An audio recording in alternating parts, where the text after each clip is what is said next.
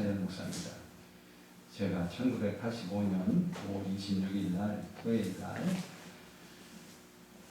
이렇게 마당에 돗자리 깔고, 교회는 요만한 교회, 이혼녀, 척추 소아모비를 걷지 못하는 이혼녀인 7살 딸이 6살 딸 때 만나고, 지금 그때는 이제 9살, 그곳에서 우리 교회가 창립 예배를 드렸습니다. 여기서 드릴 수가 없어서 무허가 건물 그 마당에 돗자리 깔고 예배를 드렸는데, 교회장님 오셔서 홍 목사 왜 교회로 개척 창립 예배를 드려서 그냥 기도처럼 하지, 그냥 홍 목사가 아니지 통전도사였지.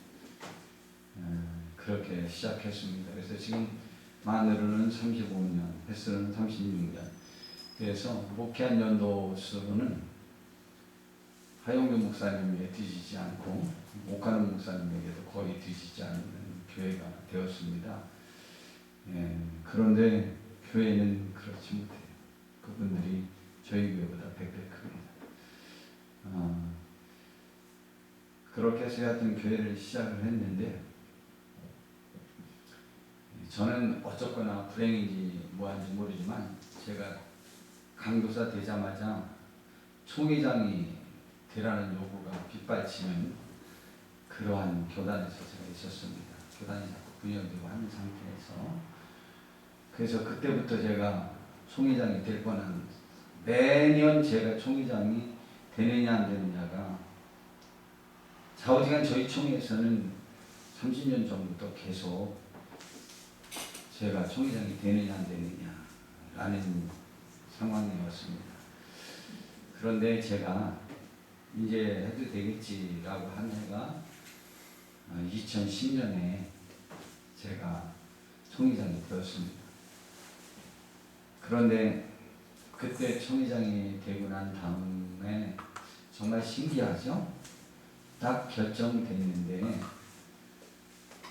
그전에도 뭐 지금 말씀드린 대로 35년 전부터 총회장이 제가 되어야 될 상황이었는데, 지금 돌이켜 생각해 보니까 그때 그냥 하는 게 나을 뻔했어요. 그런데 여하튼 되고 났는데, 그 다음부터 제가 1년을 거의 하루도 안 빼놓고 울었습니다. 차를 타고 가다가도 울고, 예배, 어느 예배에든 참석하면 울고, 저희 교회에서도 울고 울었습니다. 운 이유는 이것이었습니다. 제가 그 해 이전 약 10년 동안을 송구영신 예배만 되면 제가 매번 이런 생각을 했습니다. 하나님이 올해도 나를 죽이지 않고 한 해를 더 살려주시네 라는 죄송한 마음이 들었습니다. 저를 지금 불충한 중이라고 죽여도 제가 하나님 저를 왜 죽이십니까? 라고 하나님 앞에 항변할 수 없는데, 하나님이 또 살려주셨구나 라는 죄송한 마음과 감사한 마음이 10년 동안 저를 짓눌렀습니다. 그런데 그해 제가 정말 울면서 하나님 앞에 이제 잘해보려고 작정을 했습니다. 그런데 그런다고 잘 되는 것도 아니더라고요.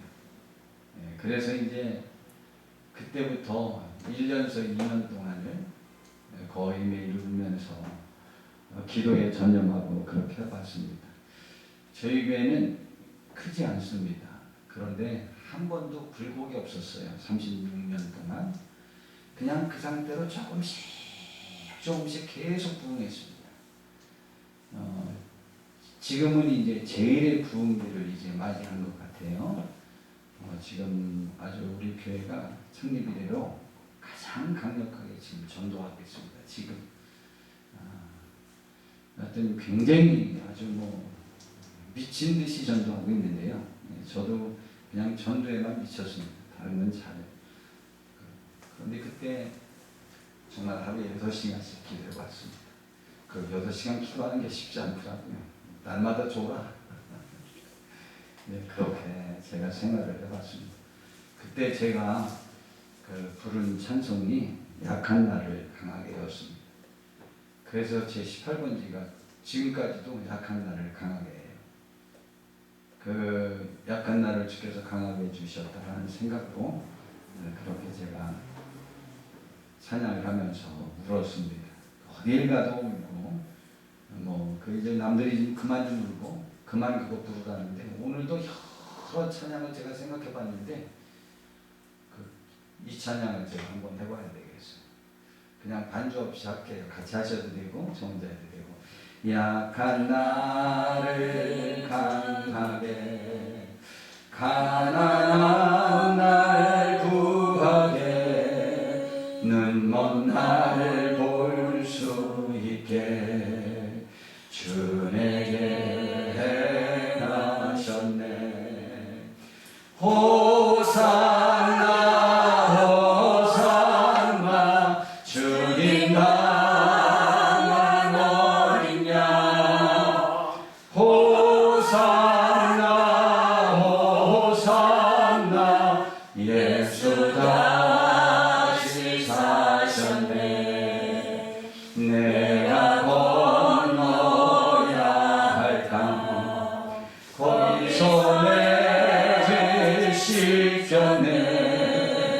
이제 주의 사랑이 나를 향해 흐르네. 호산나 호산나 주님 나만 어린 양. 호산나 호산나 예수 다시 사셨네. 깊은 강에서 주가 나를 일으키셨구나. 구원의 노래 부르리. 예수 자유 주셨네. 호산나 호산나 주님 나만 어린 양. 호산나 호산나 예수 다시 사셨네. 예, 참 많이 불렀습니다. 하루도 안 빼놓고 정말 밤새워 부르기도 하고 울고 그렇게 해봤습니다. 근데 참 신기하죠. 그래도 꼭 국내는 건 아닙니다. 대신 전체 기도열기가 좀 일어나서 그렇게 참 좋았는데, 또 지났더니요 그것도 또 식어요. 그렇게 또 하고 요즘은 좀 다시 살아나는 것 같아서 그좀 그런데 아주 마음이 많이 아파하고 있습니다. 어떤 사람이 우리 교회 예화 중에서는 많이 아는 예화입니다. 가난한 아주머니 한 분이 크루즈 여행을 그렇게 평생에 하고 싶은 소원이 있어가지고 그 크루즈 티켓을 살 돈을 모으냐고 몇 년 동안 모았다가 드디어 그 꿈에도 그리던 그 크루즈를 타고 세계 일주를 좀 하는 중이었답니다. 그런데 승무원이 하는 그 아주머니를 보고, 아주머니 왜 그렇게 힘들어하시고 어려워하십니까? 지금 힘이 하나도 없어 보입니다 라고 그랬더니, 예, 죄송한데 제가 돈이 너무 없어서 이 크루즈 여행 티켓 그거 하나 사느냐고 제 돈을 다 써버려가지고 이 여행 경비를 하나도 준비를 못 해왔습니다. 그래서 음식을 사 먹을 수가 없어가지고 지금 굶고 있는 중이라서 너무 배고파서 힘이 팍 빠졌습니다. 그랬더니 그 승무원이 아니 승객님 그 티켓 좀 한번 꺼내보세요. 티켓을 꺼냈더니 보십시오 아주머니의 이 티켓은 이 배에 승선하는 것만이 아니고 이 배에 있는 모든 편의시설을 100% 다 이용하는 그러한 티켓입니다. 식사도 무료, 다른 모든 편의시설이 다 무료입니다 라고 가르쳐 줬다는 거죠. 그래서 그날부터 식사도 하고 그렇게 즐겁게 여행을 하고 돌아왔다는 얘기입니다. 저는 이 이야기를 들으면서 우리가 하늘과 땅의 권세를 지니신 예수님을 믿고 있는데 그분의 권세가 얼마나 대단한지를 우리 삶 속에서 잘 모르고 그분을 활용이라는 것은 그렇고 누리지 못하고 사는 경우가 너무 많지 않느냐. 그리고 그 권능이 얼마나 대단한지를 알고 그 권능을 우리들에게서 어떻게 적용할 수 있는지 그 방법을 좀 알려드리고 싶습니다. 또한 하나님의 자녀의 권세가 얼마나 대단한지 우리가 좀 알아야 되지 않을까 싶은 생각이 듭니다. 저는 1985년 서울 신림동에서 임마누엘 교회를 세웠다고 했죠. 거기에서 세우고 그 다음 해에 제 아내와 결혼을 했습니다. 결혼한 다음에 얼마 안 지났을 때 저희 교회 부흥을 위해서 정말 많이 기도를 했습니다. 특별히 우리 교회에 능력도 좀 나타나게 해달라고 기도를 하는 중이었는데 제가 무서움을 얼마나 많이 타느냐면 저희 집에 저 혼자 있는 것조차도 무서워합니다. 그렇게 무서움을 많이 타고 제가 기도를 하고 싶어도 교회가 무서워서 혼자 가서 기도를 못해요. 제가 그 정도예요. 그런데 하루는 이제 제 아내랑 밤에 잠을 자는데 한 12시에서 1시쯤에 제가 깼어요. 깼는데 제가 태어나서 그렇게 무서워 본 적은 처음입니다. 왜냐면 귀신이 지금 여기 왔다고 생각이 들어지는 거예요. 느껴져요. 제가 보이진 않아요. 전 귀신을 한 번도 못 봤는데 느껴지기는 합니다. 그날 느껴지는데 얼마나 무섭냐면 무서워서 아무것도 할 수 없어요. 그래서 제가 깨서 벌벌 떨고 있으니까 제 아내도 깼어요. 그런데 제가 부흥회 때 들은 기억이 있거든요. 귀신은 사탄아 물러가라 하면 된다고. 그리고 그래서 사탄아 물러가라 하려고 했는데 무서워서 해봤자 소용이 없다는 생각을 좀 못하는 거예요. 그리고 또 부흥회 때 뭐라고 그랬냐면 사도신경을 외우면 또 이렇게 귀신이 물러간다는 얘기도 들은 적이 있어요. 그래서 제가 사도신경을 하려고 그랬더니 귀신이 저의 마음속에 확신을 불어넣는데 뭐라고 그러냐면 해봐. 내가 무서워할지 알고? 그래서 못했어요. 안 무서워한다는 거 왜 외워 내가. 그리고 또 부흥회 때 또 마귀들과 싸우지라고 이런 찬송하면은 또 물러난다고 또 들었어요. 제가 전 부흥회는 빠지장부터 다녀봤기 때문에. 그래서 그 찬송을 하려고 그랬더니 저에게 또 속삭이는 확신이 들리는 거예요. 불러봐. 내가 무서워할 줄 알고.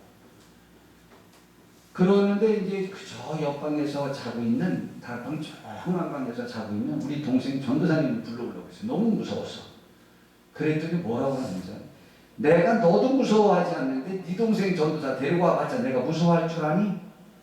라고 생각이 들게 한 거예요. 그래서 저 벌벌벌벌 떨었어요. 제가요 요즘도 그런 게 있는지 모르겠지만 제가 TV를 안 하고 이제 너무 오래돼가지고 여름만 되면 그때 제 고등학교 때 이런 때 지금으로부터 약 한 40년 전에 남양 특집 그래가지고 귀신 영화들을 많이 해줬어요. 그런데 그 중에 제일 제가 무서웠던 뭐 무당도 보고 뭐 엑소시스트도 보고 별것도 다 봤는데 제일 무서웠던 것이 개인 교상과 개인 교수라는 그러한 귀신 영화였어요.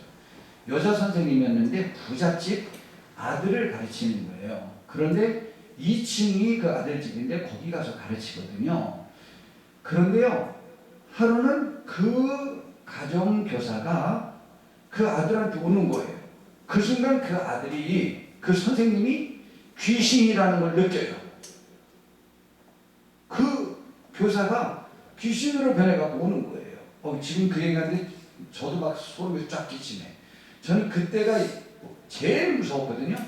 그런데 그 가정교사가 이렇게 걸어오니까 그 아이가 하다가 죽어버려요. 그러면 저는 그때 귀신 영화들이 다 그렇잖아요. 귀신이 오면 대항을 못하고 하다 죽거든요. 왜 하다 죽나? 엄마! 하고 소리 질렀으면 엄마라도 쫓아올라 왔을 거 아니에요. 그래서 가정교사랑 싸우든 뭐든 할 거 아니에요. 근데 엄마도 못 불러. 그러다가 하다 죽어요. 근데 제가 당해보니까 엄마 불러봐도 될 줄 알고 나는 확신이 드는데 어떻게 소용이 없다는데. 그래서 저는 이해가 됐어요. 못했어요. 제가 이렇게 너무 무서웠는데 나중에 제안한테 물어봤어요. 당신은, 제안에는 원래 귀신 경험들이 많았어요. 많이들 쫓아보고. 그래서 그렇게 무서웠냐 그랬더니 좀 무서웠지만 당신만큼은 안 무서웠어. 그러더라고요. 그런데요, 나중에 보니까 1시간이 지났어요. 꼬박 1시간. 저 죽는 줄 알았어요. 너무 무서워서. 그런데 1시간 지나고 났는데 갑자기 이런 생각이 들었어요. 무슨 생각이 들었냐면, 가만히 있어봐. 가만히 있어봐. 야 귀신. 알겠어. 귀신 너무 무서운데 가만히 있어봐. 너 귀신이지. 귀신. 그런데 귀신아, 나는 누구야? 하나님의 자녀잖아. 너 원래 나 못 이기잖아. 근데 왜 네가 나 이기는 것처럼 속였어? 그 순간에 제가 성령 충만이 뭔지를 깨달았어요. 그런데 이 귀신이 나를 속인 것을 생각하니까 속에서 하는 마음이 나는데 이런 마음이에요. 너 감히 나 이길 수 없는 네가 나를 이길 수 있는 것처럼 속였어? 너 귀신! 하려고 했는데요, 귀신은요 귀신이었죠. 그 순간 귀신이 싹 도망가면서 물밀듯이 오는 평안이 있는데, 이건 뭐 놀라운 평안을 제가 체험했어요. 그 이후로부터는 3일을 뛰든 하루를 뛰든 내가 누구냐고 뛰고 뭐 퇴퇴퇴퇴 뭐 내가 누군지 아느냐 소리 지르고 백날 그래도 그거 참 신기하대. 강대상에 귀신들이 올라와서 막 뭐라고 그래도 그것도 참 신기하대. 이렇게 해서만 잡기만 하면 그냥 쓰러져버리고, 그렇게 하는 사람도 참 귀신이 쫓아내시고, 하루 종일 정신 못 차리고 뛰면서 귀신 들려 그랬어도 가서 참 그거 참 신기하대요. 저는 하나님의 자녀의 권세의 아주 일부분을 그때 경험을 해봤습니다. 여러분, 저의 이러한 신기한 체험은요, 저에게 귀신을 내어줄 수 있는 큰 믿음을 갖는 계기가 되었고, 또 다른 것에 관해서는 제가 세상에 대해서 그렇게 염려가 있었던 사람이 아닙니다. 그런데 그 믿음이 좀 더해졌고, 그래서 그 이후부터는 병도 좀 그렇게 고쳤으면 좋겠는데 이상하죠? 귀신은 자신이 있는데 병은 영 잘 안 돼요. 하여튼 그렇게 되게 되었습니다. 그리고 그 다음부터 귀신 들린 사람들을 보면 예수님의 이름으로 담대히 쫓을 수 있는 사람이 좀 되기도 했습니다. 예수님은 승천하시기 전에 제자들에게 마태복음 28장 18절에 이런 말씀을 주셨어요. 예수께서 나와 말씀하여 이르시되 하늘과 땅의 모든 권세를 내게 주셨으니 하면서 제자들에게 하늘과 땅의 권세를 지닌 자의 명령을 내리셨어요. 이건 무슨 말이냐면요, 임금님의 사자는 임금님의 명령을 받았다는 것만으로도 임금님 다음 자리인 사람에게도 가서 당당하게 명령을 할 수 있어요. 영의정에게도 어명을 받으시오 그러면 자기가 영의정보다 10단계 밑에 사람이라고 할지라도 왕의 명령을 받은 이상은 가서 비굴하게 해서는 안 돼요. 아이고 영의정님, 임금님이 말씀하셨는데 죄송한데 제가 말씀한 말씀 올려도 되겠습니까? 이랬다가는 목 잘라서요. 영의정, 자기보다 10단계 높아도 뭐라고 말했냐면 어명이요, 어명을 받으시오 그러면 임금님을 대하듯이 어명을 받은 사람에게 떨어야 돼요. 그렇게 하면 그 사람은 큰일 납니다. 예수님이 하늘과 땅의 권세, 하나님의 권세거든요. 하나님이 나에게 줬으니 내 권세를 가지고 너희들에게 명령을 하니 너희는 나의 명령을 받고 세상에 가서 모든 민족과 족속을 제자로 삼아 아버지와 아들과 성령의 이름으로 세례를 받게 하고 그들의 주의 제자를 삼아 가르쳐 지키는 사람들이 되어라. 그런데 갈 때 좀 당당하고 또 나처럼 겸손하고 섬기는 자세로 가라. 이런 명령을 하셨죠.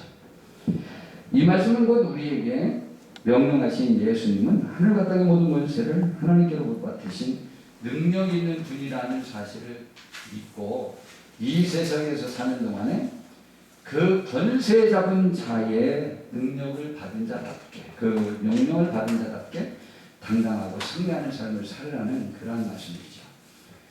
또한 주님께서는 제자들에게 이런 말씀도 주셨습니다. 마가복음 6장 17절에서 18절에 보니까 믿는 자들에게는 이런 표적이 따르니 곧 그들이 내 이름으로 귀신을 쫓아내며 새 방언을 말하며 뱀을 집어올리며 무슨 독을 마실지라도 해를 받지 아니하며 병든 사람에게 손을 얹은즉 나을 것이다 라고도 말씀하셨습니다. 또 믿음이 강한 분들은 이 말씀을 그대로 믿고 또 이행하여 많은 병도 고치고 구원의 역사를 이루는 분도 있습니다. 우리도 하나님의 말씀이 우리들 속에서 더 역사되는 축복이 있을 수 있도록 하나님의 권능을 더욱더 인식하고 그 강한 믿음으로 말미암아 세상에 대하여 이렇게 담대할 수 있는 축복이 있기를 바랍니다. 성경에 나와 있는 제자들은요, 믿음을 갖고 예수님의 명령을 따랐습니다. 예수님의 이름으로 귀신을 쫓아냈습니다. 병도 고쳤습니다. 이것은 제자들에게 어떤 능력이 있어서가 아닙니다. 제자들이 예수님을 믿음으로 하나님의 자녀가 되었습니다. 우리도 하나님의 자녀이면 그분의 권세가 함께 주어지는 것입니다. 우리도 귀신이라도 쫓아낼 수 있는 권세인 하나님의 자녀의 권세가 있음을 알아야 합니다. 그러면 우리는 어떻게 해야 하늘과 땅의 권세를 지닌 하나님의 자녀가 되는 권세를 얻을 수 있을까요? 예수님을 이 시간 영접하면 되는 것이죠. 곧 예수님을 믿으면 된다는 말입니다. 오늘 성경 본문 요한복음 1장 12절에 보니까 영접하는 자, 영접하는 자는 뭐냐? 곧은 앞에 지금 말한 설명과 뒤에 있는 설명이 두 내용이 사실은 다른 표현을 썼을 뿐이지 내용은 같다라는 말입니다. 그게 곧이라는 단어예요. 곧이라는 말 다음에는 앞에 말이랑 뒤에 말은 같다. 야 빨리 먹어. 곧 이 말이 무슨 말이냐면 지금 시간이 없단 말이야. 뭐 이런 것과 같은 거죠 지금. 그러니까 지금 영접하는 자, 영접이 뭐냐? 곧 그 이름을 믿는 자들. 이들에게는 하나님의 자녀가 되는 권세를 주신대요. 영접하거나 믿으면 되는 거예요. 영접은 무슨 뜻이냐면 내 친구나 그 자녀들의 친구들이나 자녀들을 공항에 마중 나갈 때 영접하러 나간다고 하지 않습니다. 마중 나간다 그럽니다. 그러나 귀한 분, 나라의 귀빈들이 올 때 공항으로 영접 나간다 그래요. 그리고 우리 보통 사람들을 대접할 때는 식당에서 대접한다라고 하는데 왕이나 대통령이나 그 급이 높은 분들을 대접하는 관을 갖다 뭐라고 말하면 귀한 분을 대접한다고 해서 영빈관이라고 해요. 이 영은 환영한다, 모신다, 높인다 라는 뜻입니다. 그래서 영접은 그냥 맞이하는 게 아니고 환영하고 귀한 분을 높이는 그러한 자세로 겸손한 자세로 내 마음속에 그분이 오셨으면 좋겠다는 너무 간절한 소원, 왕을 모시듯이 신을 모시듯이 크게 높이는 마음으로 막 간절한 마음으로 환영하며 기뻐하며 내 마음속에 받아들이는 것을 갖다가 영접이라고 말합니다. 이렇게 영접하는 것은 또 믿는 것과 같은데 믿으면 하나님의 자녀가 되는 권세를 준다고 말했습니다. 그래서 로마서에서는 사람이 마음으로 믿어 의에 이르고 입으로 시인하여 구원에 이른다고 말했습니다. 구원받는다, 하나님의 자녀가 된다 라는 것과 같은 말입니다. 그러니까 우리는 오늘 이 시간 하나님을 우리들의 마음속에 영접한 분들 아닙니까? 그러니 우리는 그 하나님의 권세가 우리들에게 있음을 굳게 믿고 승리하는 삶을 살 수 있는 권능이 오늘 이 시간 다시 한번 우리들의 심령 속에 함께 하시기를 진심으로 바랍니다. 그래서 우리를 통해서 구원의 축복이 나에게도 이루어지고 나를 통하여 구원의 역사가 일어나는 축복이 있기를 정말 바랍니다. 우리는 이렇게 고백해야 돼요. 영접이 뭐냐? 우리 입으로 주님을 영접하는 거예요. 저를 한번 따라해 보시죠. 뭐 다 예수님 믿으시지만 사랑도 자꾸 고백해야 돼요. 부부도 사랑한다고 고백하는 게 좋다고 그러더라고요. 사랑한다고 말해주는 것이 힘을 나게 하고 더 믿음이 들어집니다. 하나님에 대한 사랑을 고백하는 것은 언제든지 좋은 거죠. 한번 따라해 보시죠. 예수님 사랑합니다. 예수님 사랑합니다. 예수님 환영합니다. 예수님 환영합니다. 저에게 오셔서 저를 하나님의 자녀 삼아주심을 감사드립니다. 저에게 오셔서 저를 하나님 자녀 삼아주심을 감사드립니다. 예수님 사랑합니다. 예수님 사랑합니다. 예수님 감사합니다. 예수님 감사합니다. 예수님 이름으로 기도합니다. 예수님 이름으로 감사합니다. 예, 우리는 매번마다 이렇게 권능을 주신 하나님, 구원을 주신 하나님께 이렇게 고백하고 우리들의 마음속에 오셔서 나를 지배해 달라고 매번 기도해야 되는 것이죠. 이제 하나님의 자녀가 되면 어떠한 특권이 우리에게 주어지는지 살펴보도록 하겠습니다. 첫 번째, 오늘 본문과 같이 자녀이면 하나님의 상속자가 됩니다. 바로 하늘의 상속자가 된다는 말이죠. 로마서 8장 17절에 보니까 자녀이면 또한 상속자, 곧 하나님의 상속자가 된다고 그랬습니다. 상속자도 그냥 상속자가 아니고 그리스도와 함께한 상속자예요. 예수님과 같은 권위를 느끼는 우리는 그러한 하늘의 상속자가 된대요.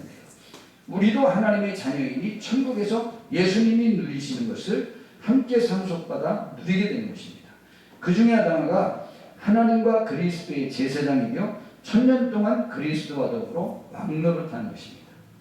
요한계시록 20장 4절부터 보니까 또 내가 보좌들을 보니 거기에 앉은 자들이 있어 심판하는 권세를 받았더라. 또 내가 보니 예수를 증언함과 하나님의 말씀 때문에 목배임을 당한 자들의 영혼들과 또 짐승과 그의 우상에게 경배하지 아니하고 그들의 이마와 손에 그의 표를 받지 아니한 자들이 살아서 그리스도와 더불어 천년 동안 왕노릇하리니 그리스도와 더불어 천년 동안 왕노릇하는 축복을 받아요.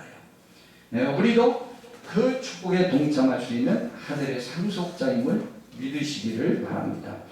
두 번째로요, 하나님의 자녀이면 또한 영광을 받기 위하여 고난도 함께 받아야 돼요. 좀 전에 읽었던 로마서 8장 17절에 보니까 그리스도와 함께한 상속자는 우리가 그와 함께 영광을 받기 위하여 고난도 함께 받아야 될 것이라고 말했습니다. 여러분, 우리가 정말 예수님 때문에 고난받는 것이 있는지요? 제가 볼 때 그 우리 성도님들이 예수님 때문에 고난받는 분들이 그리 많지는 않은 것 같아요. 저는 예수님 때문에 고난받은 것이 있는가?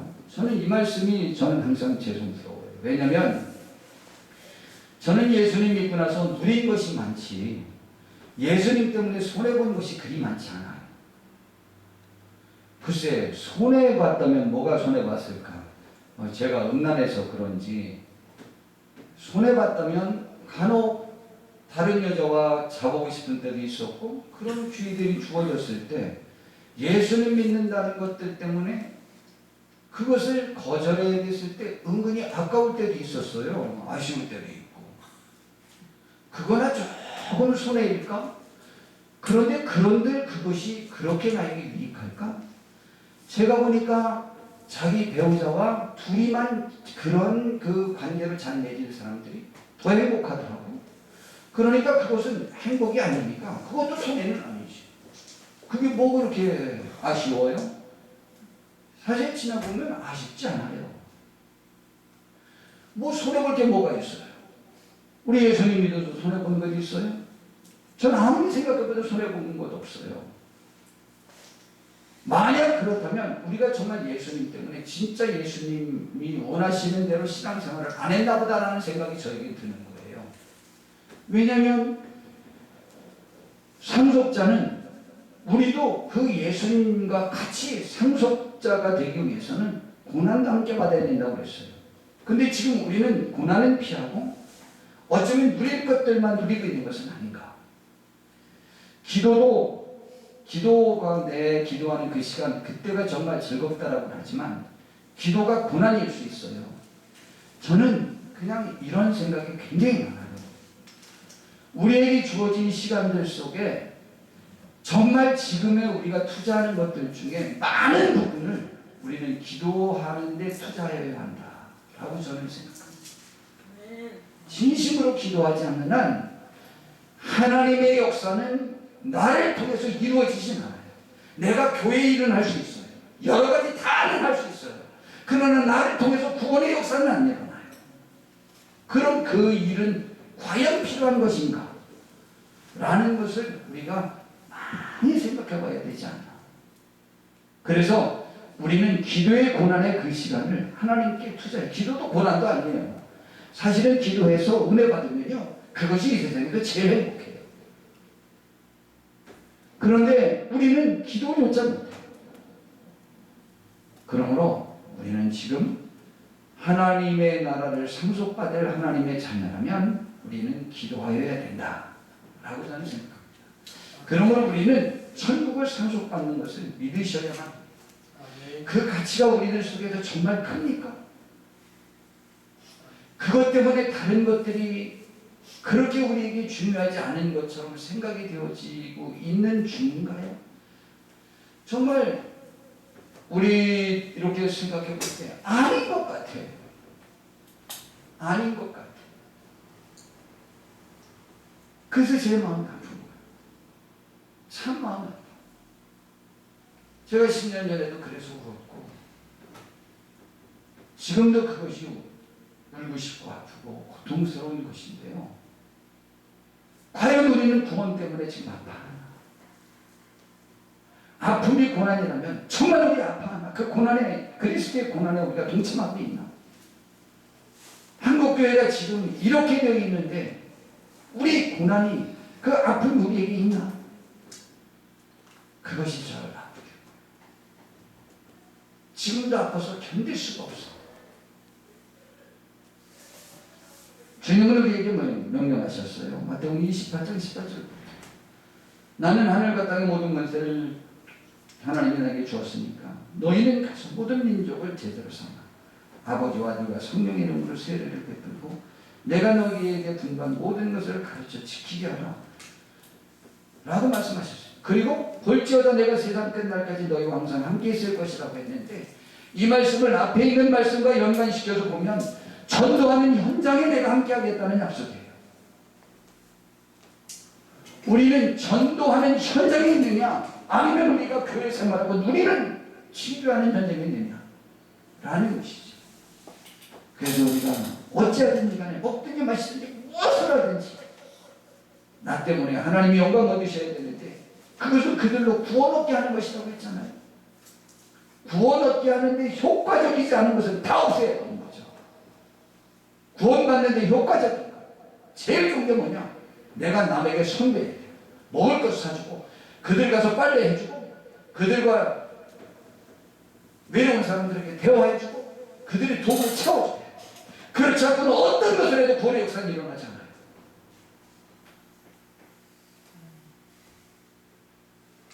구원의 역사가 일어나는 것을 해야죠.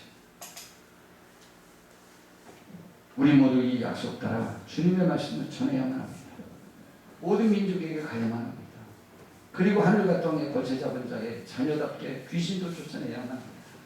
병도 고치고 예수님은 세상 끝날까지 주님의 사역에 충성하는 우리 모두에게 기쁠 때나 슬플 때나 어떠한 여건 속에서라도 우리와 항상 함께 하실 것을 약속하셨습니다. 지금 우리가 어떤 사역을 감당할 때 주님이 함께 하시지 않으면 나는 할 수 없는 상황의 사역에 우리가 놓여 있나요? 기도 하나도 할 수 있고 고민 하나도 할 수 있고 아프지 않아도 할 수 있고 애타지 않아도 할 수 있고 다 할 수 있는 하나님의 능력이 필요 없는 하나님의 도우심이 필요 없는 것에 우리가 지금 설 앞에 있어. 우리는 지금 이 시간도 구원의 역사가 일어나서 울고 기도하여야 하는데 그렇지 않아요. 그렇지 않고 할 수 있는 것들만 해요. 그럼 하나님의 일은 아니죠.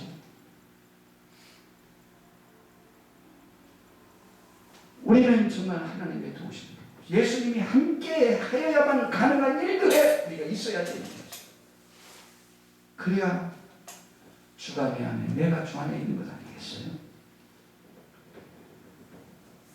주님이 전도하는 그 현장에 함께 있다고 약속했잖아요. 다른 데에 함께 하는 건 아니에요. 물론 모든 삶 속에 함께 해주시죠. 그리고 우리는 우리와 함께 하시는 주님으로 말미암아 넉넉히 이기고 남을 만한 승리가 함께 주어질 것을 굳게 믿는 우리가 또 되었으면 좋겠습니다. 로마서 8장 28절에 우리에게 이러한 축복을 주기로 약속한 것에 대하여 이렇게 말합니다. 우리는 뭘 알고 있죠? 로마서 8장 28절이 성경 중에 가장 중요한 기독교 교리를 잘 가르쳐준 말씀이 로마서라고 말합니다. 로마서 중에 가장 백미가 로마서 8장입니다. 그 중에 로마서 8장은 어떤 사람들이 생각하기는 로마서 8장 28절은 신하냐 사실이냐 라는 말이 나오는 그 백미 중에 백미인 말씀입니다. 우리가 알거니와 우리가 뭘 알아요? 하나님을 사랑하는 자, 곧 그 뜻대로 부르심을 입은 자들에게는 모든 것이 합력하여 선이 이루어진다고 했어요. 우리가 지금 하나님을 사랑하십니까? 사랑을 한다면 그분이 지금 아파하는 것도 느껴야 되고 그분이 기뻐하는 것도 느껴야 돼요. 지금 그분이 한국교회를 보고 혹은 이곳 아름다운 교회를 보고 느헤미야 이 부흥사협의회를 보고 우리의 삶을 보고 우리의 가정을 보고 나의 사역을 보고 하나님이 지금 나를 기뻐하실까 기뻐하지 않으실까에 관해서 민감한 것이 사랑하는 사람의 특징입니다. 그런데 이 주님을 사랑하는 자, 사랑하는 사람은 다른 말로 바꾸면 곧 그 뜻대로 부르심을 입은 자들이에요. 하나님이 불러준 자예요.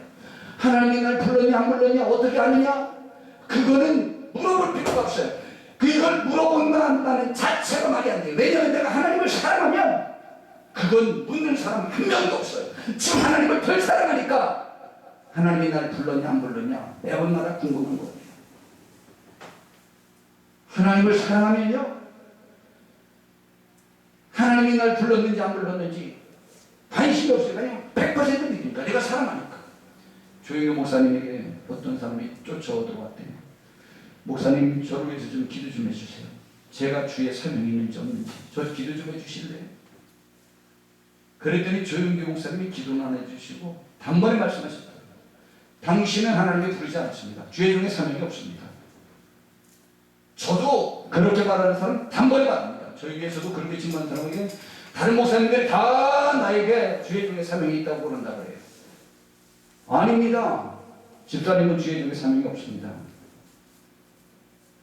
성경은 이렇게 말했어요. 빌립보서 2장 13절인데 제가 성경 전체 중에 제일 좋아하는 말씀입니다.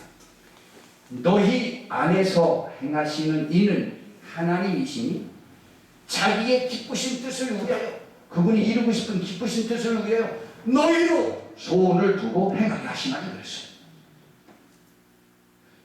하나님의 종이 되고 싶은 사람은 하나님이 우리들의 마음속에 주의 종이 되고 싶은 마음을 풀어놓아요. 그래서 우리 목사 안수 받을 때 서약할 때 그랬잖아요. 내가 목사의 직을 구함은 하나님을 사랑하는 자의로 인한 요임을 신인하느냐라고 말하잖아요. 본인의 마음의 발로임을 고백하느냐. 저는요 목사 안수 서약식에 그것이 드는 모습을 보고요 제가 기가 막혔어요.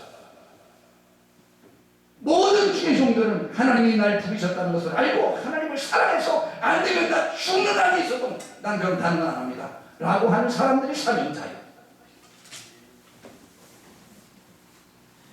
그런데 하나님을 사랑하는 자, 이 사람은 하나님이 불러준 사람인데 이 사람은 모든 것을 합력하여 선을 이루도록 하나님이 도와주신다는 것을 아는다고 말했습니다. 그때 로마서를 받아보는 기독교인들은 그 사실을 알았다고 그랬어요. 우리가 알고리가 했는데 근데 우리는 알고 있나요?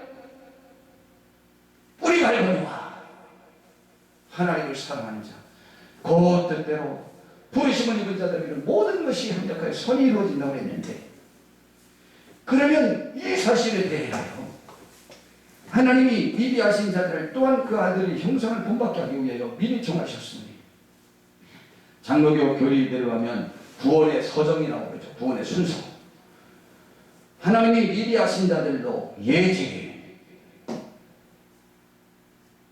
또한 그 본받게 하기 위하여 미리 정하셨으니 예정, 이는 그로 많은 형제 중에서 맏아들이 되게 하려 하십니다. 또 미리 정하신 그들을 또한 부르시고 소민왕, 부르신 그들은 또한 의롭다 하시고 칭의, 그들을 또한 영화롭게 하셨느니라. 영화, 영화는 천국 가서만 가능합니다. 이 세상은 조금씩 우리들에게서 나타납니다. 하나님같이 변하는 것이죠. 이러한 축복을 주기로 했다는 거예요. 이걸 아느냐 이 말이에요. 그런데 하나님이 우리에게 이거를 주기로 약속했는데, 그런즉 이 일에 대하여 우리가 무슨 말 하리요? 만일 하나님이 우리를 위하시면 누가 우리를 대적하리요? 이 일에 대하여 너희는 그러한 것들을 누릴 자격이 없다고 한다는 거예요. 근데 누가 뭐가 우리로 하여금 그 자격이 없다고 말하는지 압니까? 첫 번째, 내 양심. 내 양심이, 저도 저의 모습을 보니까 목사로서 하나님이 지금 죽여도 당연하다고 생각된다는 거죠. 그렇기 때문에 내가 하나님 앞에 죄송해서 혹은 나같이 못난 자가 어떻게 구원을 누릴 수 있냐고 우리 스스로의 양심이 우리들의 죄 때문에 무너져서 우리가 그렇게 된다는 것이죠. 그리고 도덕적 규범이, 사회적 규범이, 법이 그럽니다. 그런데 그 모든 것을 이용해서 우리로 하여금 그 자격이 없다고 말하는 자가 누군지 압니까? 사탄입니다. 사탄이 우리로 하여금 자신감을 밀어서 사탄과 싸우는 그 싸움에 나서지 못하게 만들어야 사탄이 승리하니까 우리들의 양심을 사용해서 도덕적, 규범적, 법을, 이런 것들을 사용해서 내가 쓸모없는 인간이라고 계속 공격을 하는 거예요. 우리는 주님의 말씀에 근거해서 그 사실을 이겨야 해요. 귀신을 쫓아내는 데도 이렇게 해야 됩니다. 이경욱 선교사님이라는 분은 혹시 아는 분이 있어요? 모르십니다. 하여튼 뭐 이스라엘 선교사님이었는데 전도사님이에요. 근데 그분 말씀 중에 이런 이야기가 있었어요. 자기 어머님이 옛날에 그 서울대학 병원 그 부근 어느 교회 그 권사님이셨는데 귀신 들린 교인이 있었대요. 그래가지고 전도사님을 불러오고 저 장로님을 불러오고 다 그랬대요. 그런데 전도사님을 불러왔더니 그 전도사님 오니까 그 귀신 들린 사람이 그러대요. 아이고 니 깡게 전도사냐?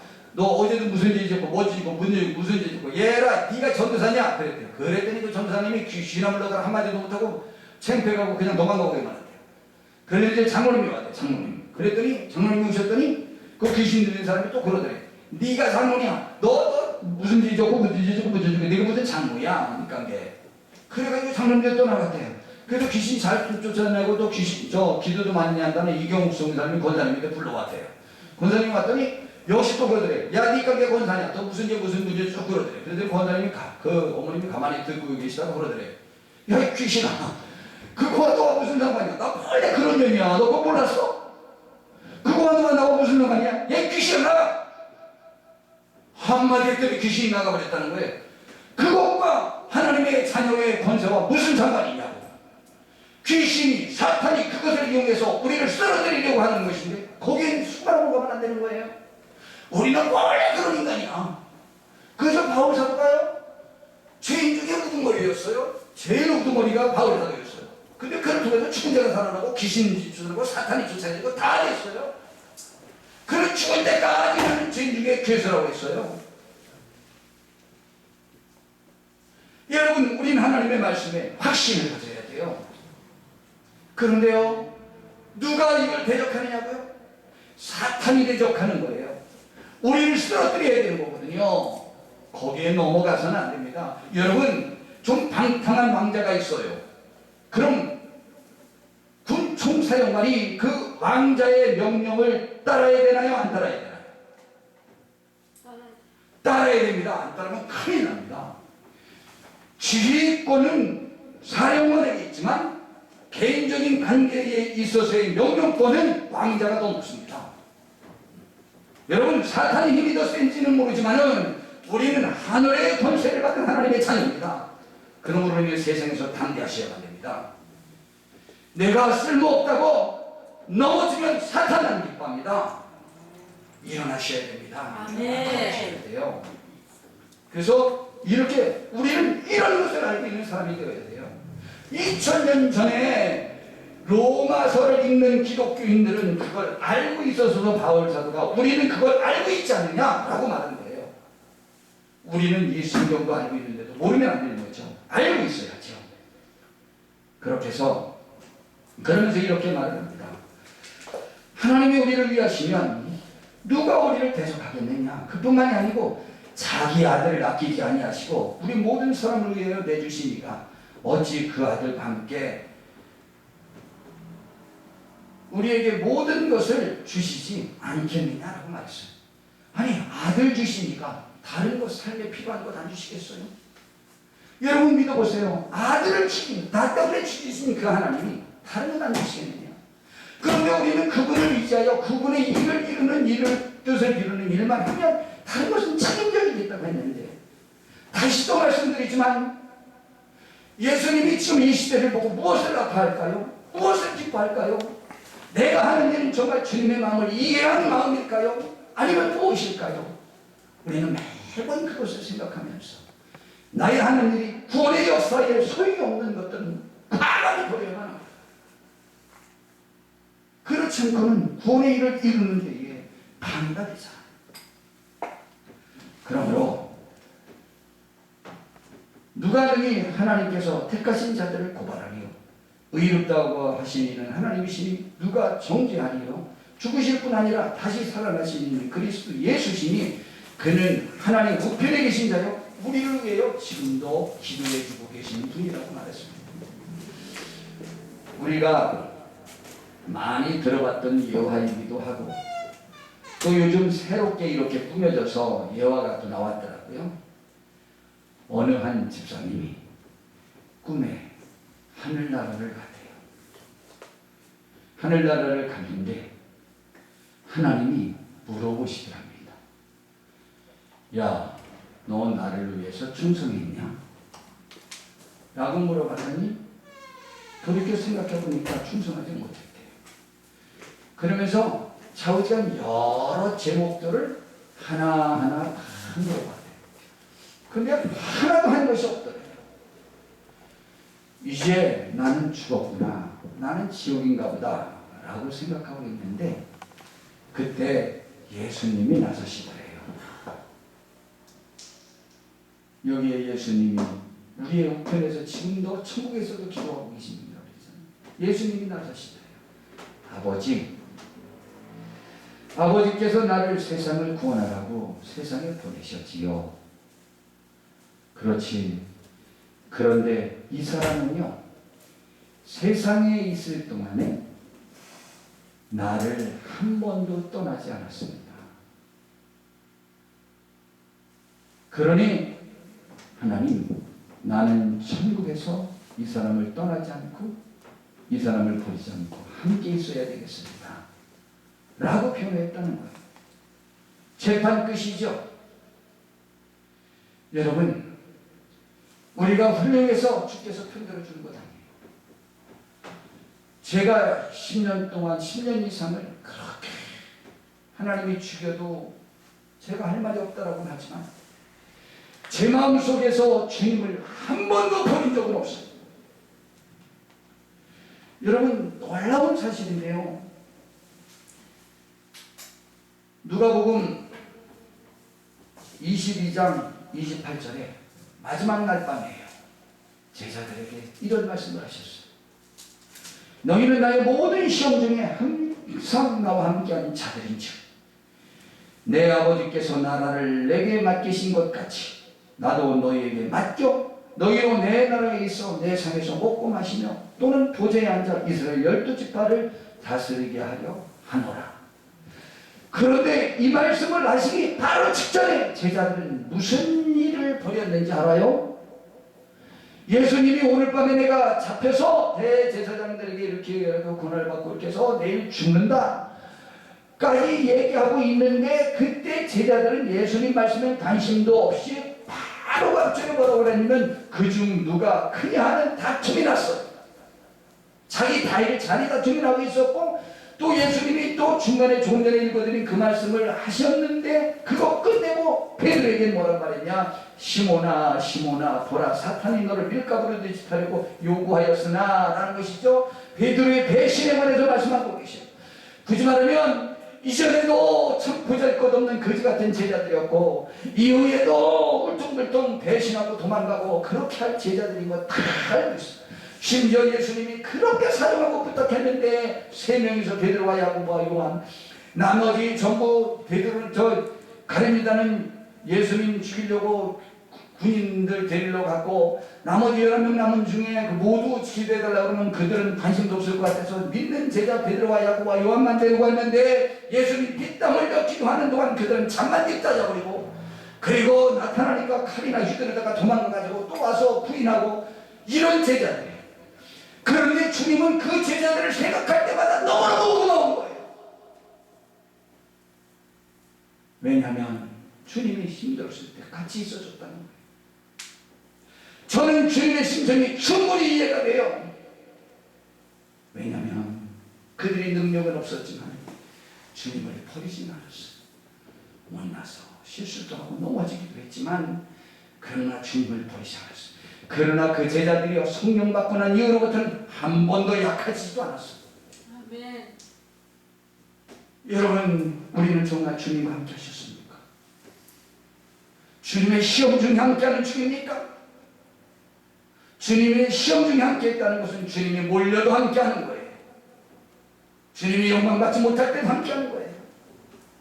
우리는 지금 무엇을 구하고 있습니까?